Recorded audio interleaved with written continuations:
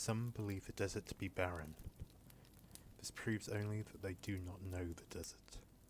Deep within the dunes dwell small insects that weave nests to trap one another, and burrowing snakes with scales the colour of stones so that no hunter can find them.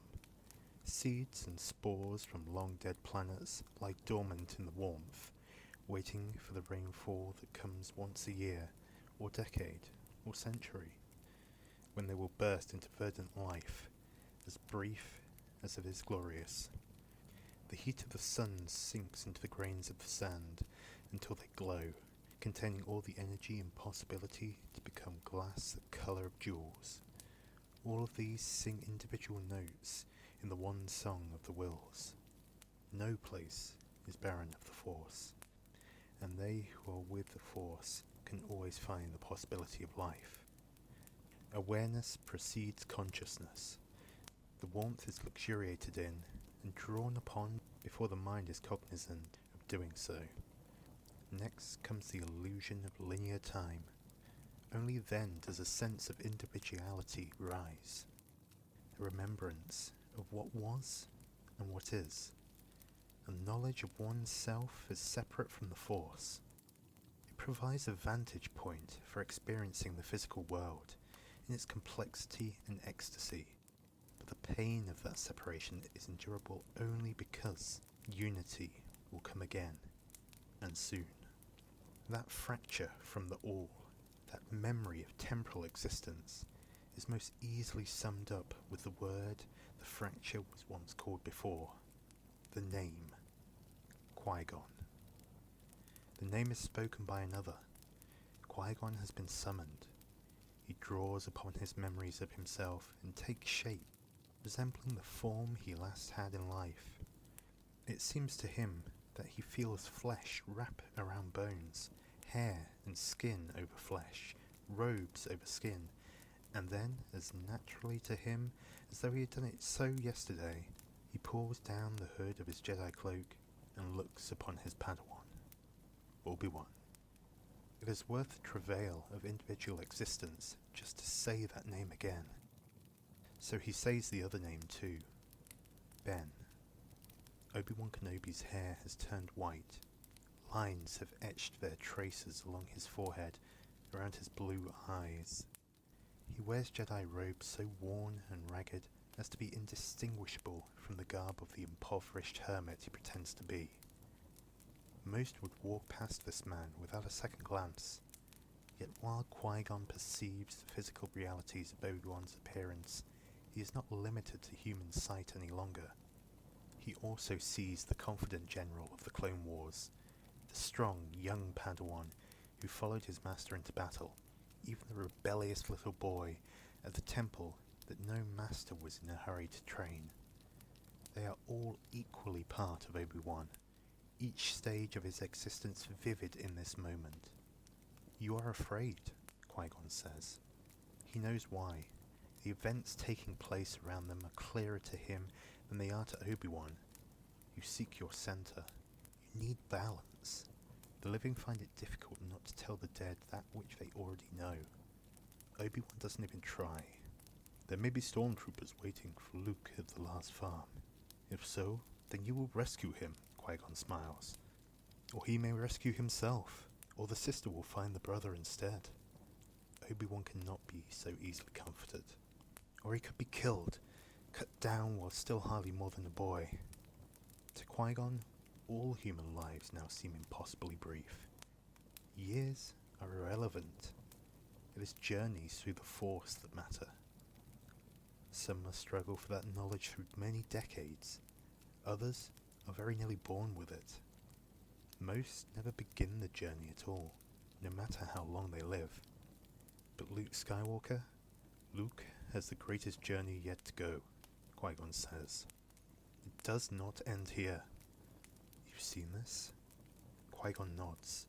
This relieves Obi-Wan more than it should, because he cannot guess the shape that journey will take. Their surroundings in the physical world become clearer. The endless dunes of Tatooine stretching out in every direction. A smouldering sandcrawler, a hulk behind them. a dozen tiny Jawas dead. The memory of their fear and helplessness lances Qui-Gon's consciousness, as does the meaninglessness of the deaths. Although Obi-Wan has been tending to the bodies, for the moment the Jawas are seen to be only tended by 2 droids. The droids comfort Qui-Gon somewhat, because they are familiar. The Force has even seen fit to bring the 2 back to the place where it all began. Time is a circle. Beginning is the end. Obi-Wan murmurs, "Bail Organa sent Leia herself to summon me.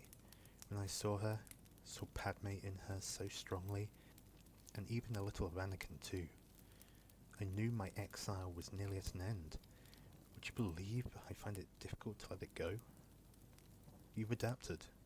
You had to. No wonder that desert feels like home to you now, or that being a Jedi Knight has become foreign. But that can change, and faster than you might dream possible. It will in fact be almost instantaneous. A transformation begun and completed the first time immediate danger beckons again. "I've waited for this day a long time," Obi-Wan says. "So long it feels as though I've waited for it my entire life. To have it endangered now, just as the great work begins, so many factors are in play. The future is difficult to know, even more so than before.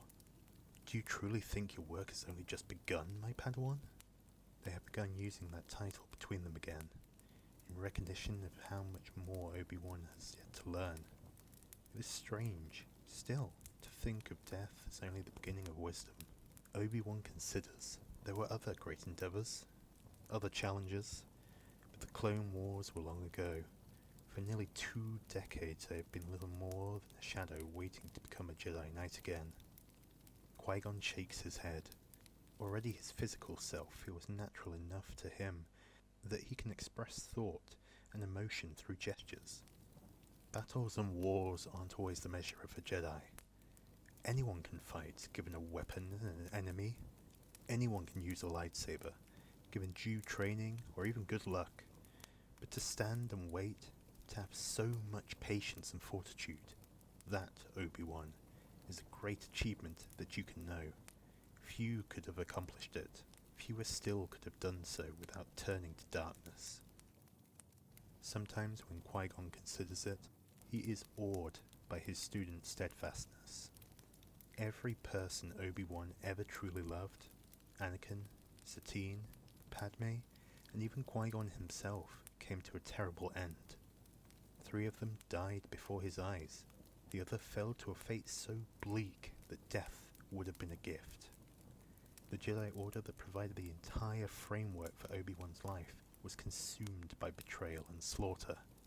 Every step of this long, unfulfilling journey is one Obi-Wan had to take alone, and yet he never faltered.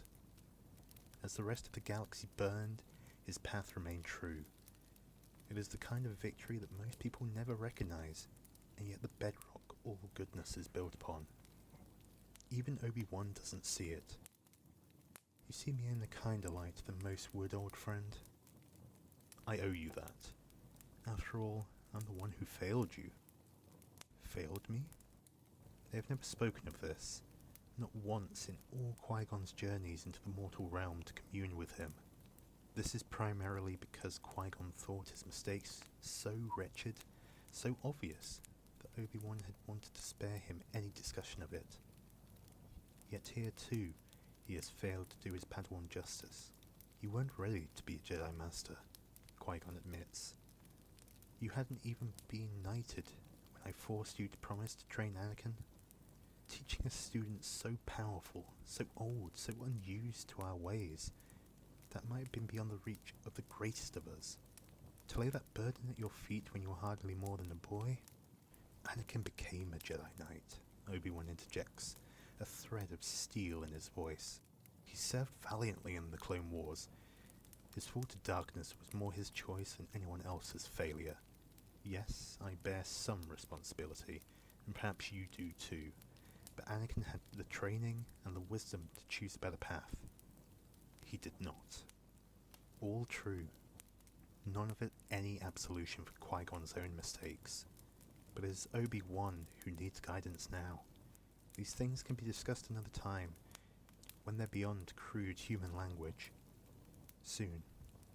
Very soon. The droids have begun cremating the Jawas' bodies. Qui-Gon is substantial enough now to smell the ash, but he is the Force, and so feels Luke's pain and horror as truly as his own. The sight of the burned bodies of Owen and Beru Lars is as vivid as Obi-Wan standing only centimetres in front of him. Owen and Beru knew the risks when they took the child, and they took him anyway. Took him, protected him, loved him. It is as pure a heroism as Qui-Gon has ever known. Obi-Wan senses it too. Qui-Gon can tell, though at a greater remove, handicapped as he is by his physical form. His face falls, his fear replaced by sorrow. Determination swiftly follows. I didn't tell Luke the whole truth about Anakin, Obi-Wan says. Someday he'll have to know. You've only just become acquainted with the boy. Had you tried to tell him the whole story today? That would have been a greater mistake than anything else you could have done. It would have planted seeds of doubt, confusion, even anger, which could have led him down his father's path. With a touch of his old rakish humour, Obi-Wan adds, or he would have decided I was every bit as crazy as Owen always told him, and run along back home.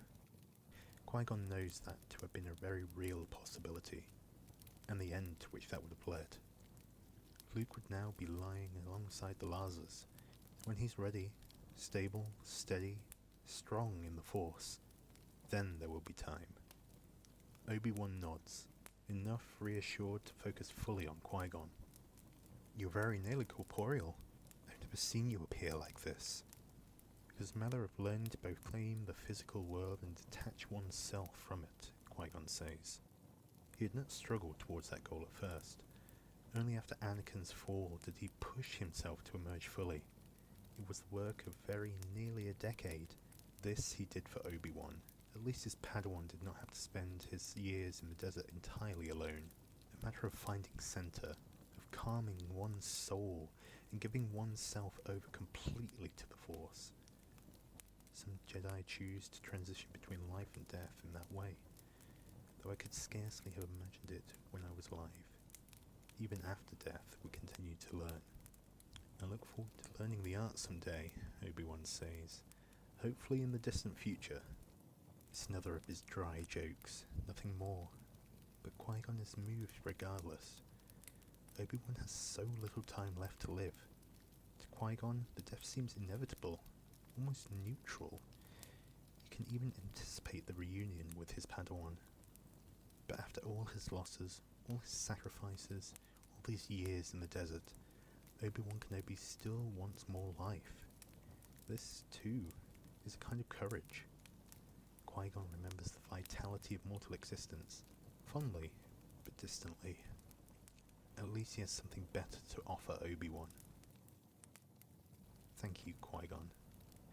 As always, your wisdom sustains me, and your strength always sustained me. Qui-Gon senses the boy's return. Before long, Luke's landspeeder will appear in the horizon. Obi-Wan needs to turn his attention elsewhere. We shall meet again soon, my Padawan. I will never hesitate to call upon you. That's not the kind of meeting Qui-Gon means, but there's no point in saying so. The truth will unfold itself in time. It always does. Qui-Gon allows his awareness to spread outward from this place, until Obi-Wan is only part of the symphony of life around him. The snakes burrow deep beneath the dunes. Insects spin webs along the sand. Sunshine suffuses them all with warmth until Qui-Gon can let go completely, releasing his body and even his name until he is one again with the Force. As Obi-Wan will soon learn, the most beautiful form of mastery is the art of letting go.